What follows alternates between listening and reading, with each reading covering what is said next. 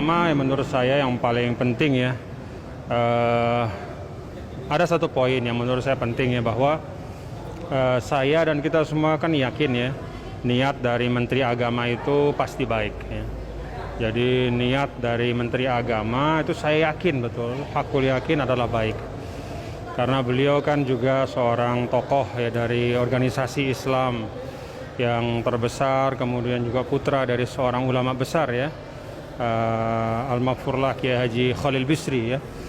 Jadi niat beliau pasti baik, itu yang pertama. Yang kedua memang dalam dalam tataran surat edaran itu menurut saya ada beberapa hal yang mungkin perlu diperhatikan ya. Ya katakanlah sebagai bahan untuk mungkin mengkoreksi ya. Yang pertama bahwa salah satu kaedah paling mendasar di dalam membuat satu kebijakan publik itu kan ada yang disebut dengan kaidah imparsialitas. Imparsialitas itu artinya rata, seimbang, adil, tidak memihak. Nah, karena itu kalau ingin menciptakan pengaturan yang terkait ya, ini kalau perlu memang diatur, dianggap perlu untuk diatur hal-hal yang terkait dengan pengeras suara rumah ibadah, maka seharusnya yang diatur itu bukan hanya masjid dan musola ya.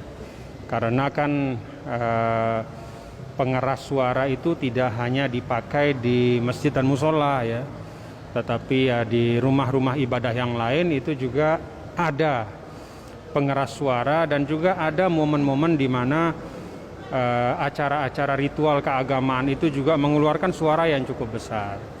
Nah, sehingga menurut saya kalau memang mau membuat suatu surat edaran untuk mengatur ya, penggunaan pengeras suara di rumah ibadah ya, itu jauh lebih baik ya, tidak hanya menyangkut masjid dan musola tapi rumah ibadah gitu, sehingga tidak kemudian menciptakan kesan bahwa seakan-akan yang berpotensial mengganggu ya ketenangan atau ketentraman itu hanya suara yang keluar dari masjid dan musola.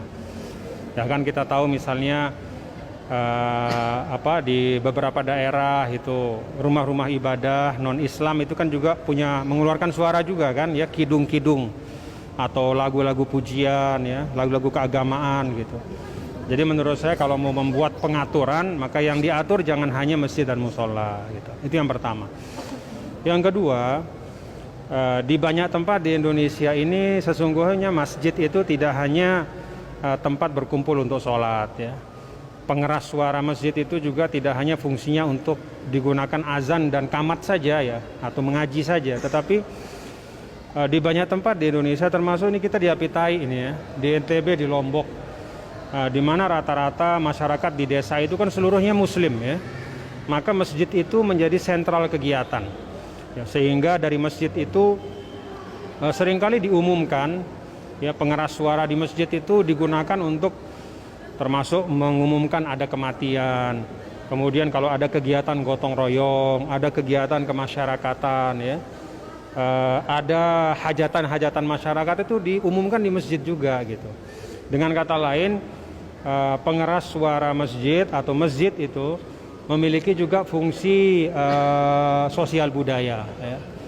Jadi karena itu menurut saya kalau di daerah-daerah seperti misalnya di Apitai sini ya, di NTB, di desa-desa rata-rata lah di Indonesia ya, di desa-desa di mana banyak di situ penghuninya atau penduduknya itu adalah semuanya muslim, maka menurut saya justru suara dari pengeras suara masjid itu bukan mengganggu, justru malah menjadi rujukan dari masyarakat ya, karena di situ sekali lagi bisa juga digunakan untuk banyak pengumuman ya yang menjadi perhatian dari masyarakat gitu.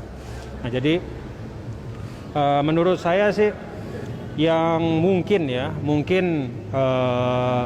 kadang-kadang bermasalah adalah di masyarakat perkotaan ya, masyarakat perkotaan di mana di situ tidak hanya satu agama penduduknya gitu ya. Misalnya kalau di NTB ini kan di kota besar, misalnya di Mataram ya, atau katakanlah misalnya di Jakarta gitu ya. Ya kalau kota besar itu biasanya kan penduduknya heterogen. ada muslimnya, ada non muslim, sehingga untuk daerah seperti itu ya mungkin bisa dibuat pengaturan.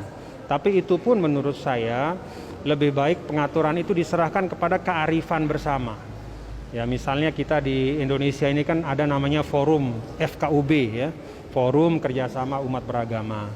Nah, di situ mungkin bisa dibicarakan ya, didiskusikan untuk daerah-daerah tertentu di mana masyarakatnya sangat heterogen ya, sehingga penggunaan pengeras suara di rumah ibadah itu ya disesuaikan lah ya, jangan terlalu besar misalnya karena masyarakatnya beda-beda agamanya gitu.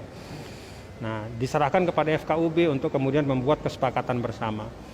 Menurut saya kalau kesepakatan itu lahir dan dibicarakan di tingkat masyarakat dan disepakati, itu akan jauh lebih mudah diterima gitu ya, dibanding misalnya surat edaran yang istilahnya berlaku untuk semua gitu, padahal situasi masing-masing daerah itu kan beda-beda ya. Jadi kita di NTB ini kalau saya saksikan ya, kita di Apitai di mana-mana ini ya, suara masjid itu suara yang kita rindukan gitu ya, suara yang justru menjadi penyejuk gitu ya. Jadi